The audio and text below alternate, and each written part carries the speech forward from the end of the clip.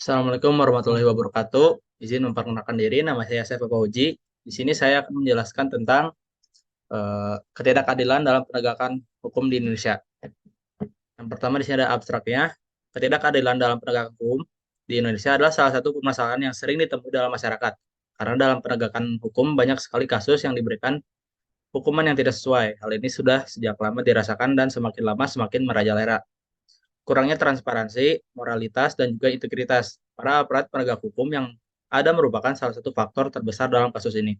Sehingga muncul berbagai proses terhadap aparat penegak hukum tersebut sampai menimbulkan rasa ketidakpercayaan masyarakat terhadap hukum yang di Indonesia.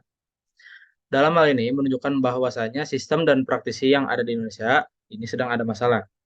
Seperti halnya dalam kutipan tajam ke bawah dan tumpul ke atas, yang merupakan sindiran terhadap penegak hukum yang ada di Indonesia. Seolah adanya paradigma yang menang adalah kekuasaan, yang mempunyai uang banyak dan yang mempunyai kekuatan. Mereka lah yang pasti aman dari gangguan hukum walaupun aturan negara banyak yang dilanggar, berbeda dengan mereka yang tidak punya apapun. Di sini saya akan menjelaskan pendahuluannya. Permasalahan yang sudah bertahun-tahun dialami oleh rakyat Indonesia adalah adanya krisis penegak hukum. Hukum yang ada di Indonesia merupakan salah satu hukum yang kejam. Para ahli hukum di Indonesia seringkali mengatakan bahwa hukum di Indonesia ini seringkali ada ketimpangan dan ketidakadilan. Dalam penegakannya, hukum di Indonesia seperti pisau yang tumpul ke atas dan tajam ke bawah. Banyak sekali kejadian atau kasus yang menggambarkan hal tersebut.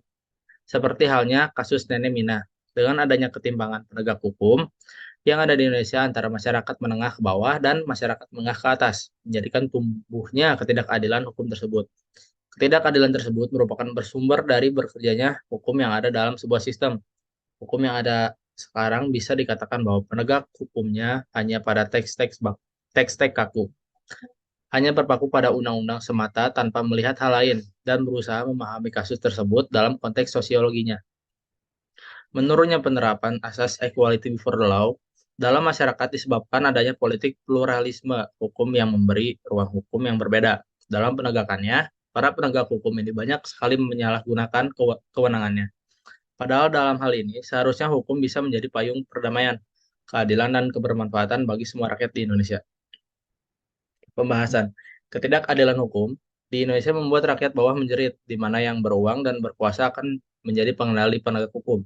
Hukum yang seharusnya memberikan keadilan, kepastian, kemanfaatan, serta ketertiban, tetapi saat ini menimbulkan kesenjangan sosial dan keadilan di masyarakat sehingga tidak terasanya kebermanfaatan akan hukum itu sendiri.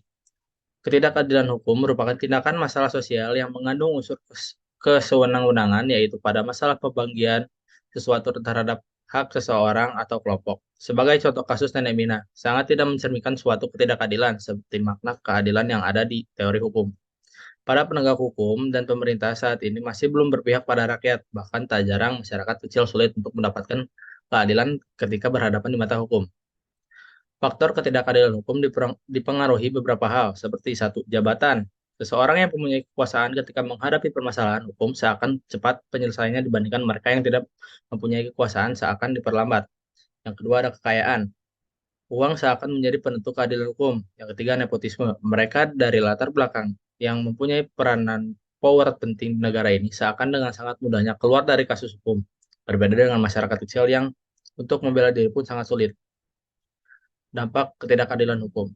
Ketidakadilan telah menimbulkan berbagai derita dan sengsara, melahirkan kemiskinan, penyakit dan kebodohan, separatisme dan konflik yang berkepanjangan, nepotisme dan konglomerasi, utang dan pengangguran.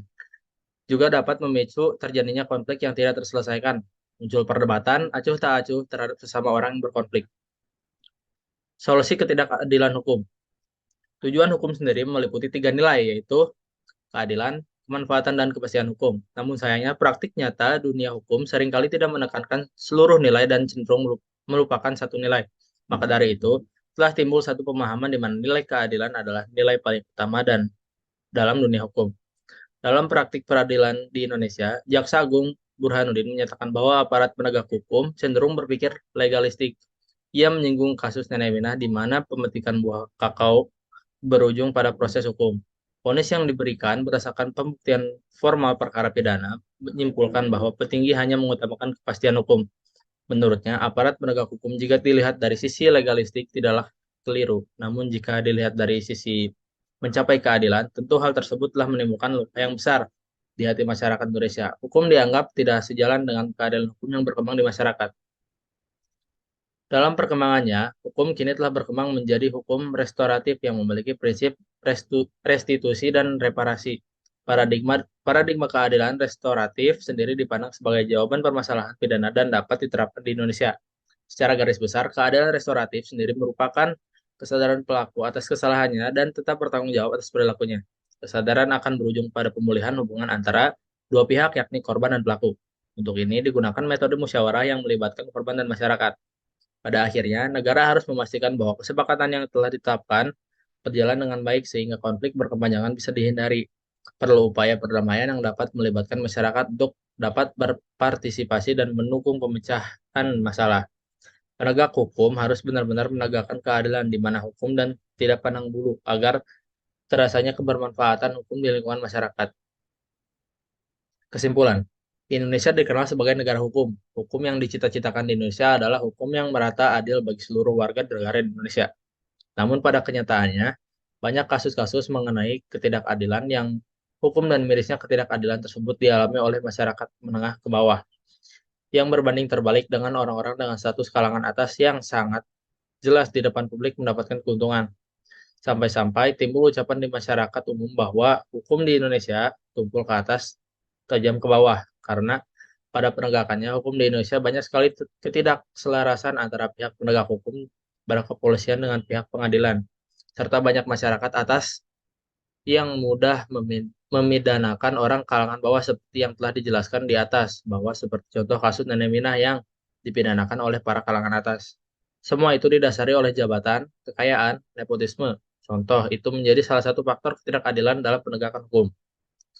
Daftar pusaka. Eh, Terima kasih. Mohon maaf jika ada salah kata. Assalamualaikum warahmatullahi wabarakatuh.